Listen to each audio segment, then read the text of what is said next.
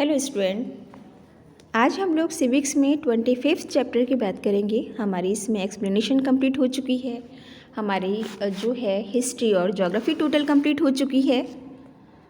और अब हमारा सिविक्स में इसके शॉर्ट क्वेश्चन आंसर हैं 25th चैप्टर के। तो आप लोग इनको पहले सुनेंगे, मैं इनको एक्सप्लेन करूँगी आपको हिंदी और इंग्लिश दोनों में, और उसके बाद आपको ये अपनी नोटबुक में कंप्लीट करके मुझे इसकी पिक भेजनी है। और वीडियो के लास्ट में जाकर आपको कमेंट बॉक्स में अपना नेम और अपना सेक्शन ज़रूर मेंशन करना है, क्योंकि हमारे 8th क्लास के बच्चे नहीं कर रहे हैं ऐसा, इसलिए बार बार कहा जा रहा है कि आप लोग जो है लास्ट में कमेंट बॉक्स में अपना नेम ज़रूर लिखिए, वही आपकी अटेंडेंस है। तो इसमें शॉर्ट क्वेश्चन देखेंगे हम सीधा। First question in civics 25th chapter. Question number 1, what do you understand by the term marginalized? Name some marginalized groups in our society. आप मार्जिनलाइज्ड क्या है ये, और मार्जिनलाइज्ड ग्रुप हमारी सोसाइटी में जो हैं उनकी नाम बताइए। फर्स्ट है हमारा इसमें answer, communities who have not been able to join the main stream of society, they are SCs, STs, OBCs and minorities. जो कम्युनिटीज़ हमारी सोसाइटी में मेन स्ट्रीम से जुड़ी हुई नहीं होती हैं उनको हम मार्जिनलाइज्ड ग्रुप में रखते हैं, जैसे कि they are SCs schedule caste, STs schedule tribes, OBCs other backward caste, और माइनॉरिटीज़ जो कि नंबर में कम होते हैं। तो इनको इंडियन कॉन्स्टिट्यूशन के अकॉर्डिंग मार्जिनलाइज्ड ग्रुप में रखा गया है। See the second question, describe the term other backward classes. जो अदर बैकवर्ड क्लासेस हैं जिसे हम OBCs कहते हैं, उनको कैसे हम डिफ़ाइन करेंगे, या जो गवर्नमेंट ने उनको रिजर्वेशन दिया है वो किस बेस पर दिया है।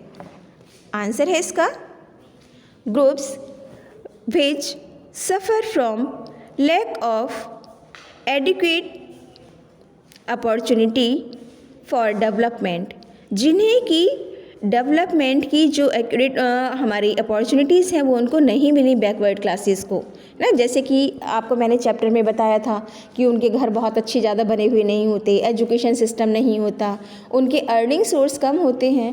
तो ये सारी चीज़ें जो मैंने बताई थी चैप्टर में, उस समय भी मैंने कहा था कि मे बी कि जब हमारा कंट्री इंडिपेंडेंट हुआ हो स्टार्टिंग में ये प्रॉब्लम हो, लेकिन प्रेजेंट टाइम में हम उन लोगों को नहीं कह सकते OBCs क्लास की वो लोग बहुत बैकवर्ड हैं या उनके पास पैसा नहीं है, अनएजुकेटेड लोग हैं। प्रेजेंट टाइम में ऐसा नहीं है, लेकिन जब उनको रिजर्वेशन दिया गया था तो इसी बेस पर दिया गया था कि वो सोसाइटी में इक्वलिटी फील नहीं कर रहे हैं।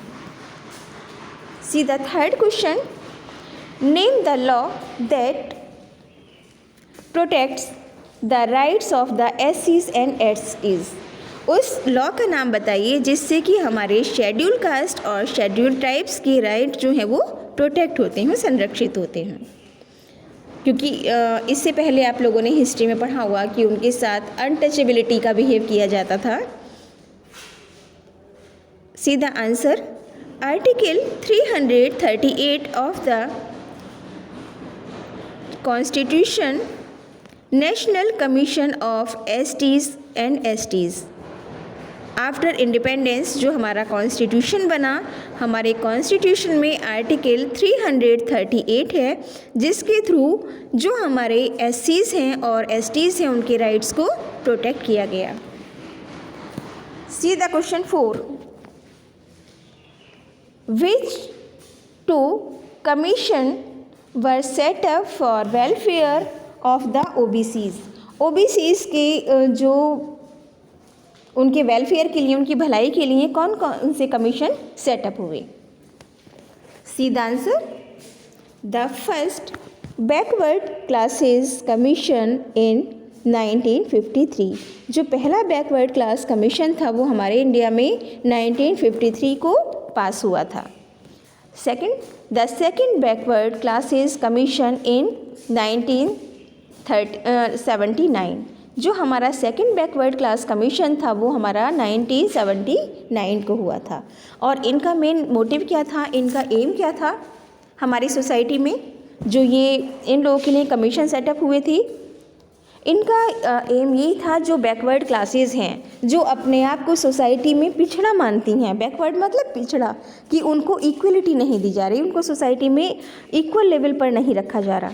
तो उन लोगों ने कि भलाई के लिए या उन लोगों को अपग्रेड करने के लिए ही गवर्नमेंट ने 2 कमीशन सेटअप किए थे। फर्स्ट था हमारा 1953 में और सेकंड था हमारा 1979 में। देन स्टूडेंट, ये थे आप लोगों के सिविक्स के शॉर्ट क्वेश्चन आंसर चैप्टर 25 के। आप लोगों को ये नोट डाउन करने हैं अपनी नोटबुक में। It's okay.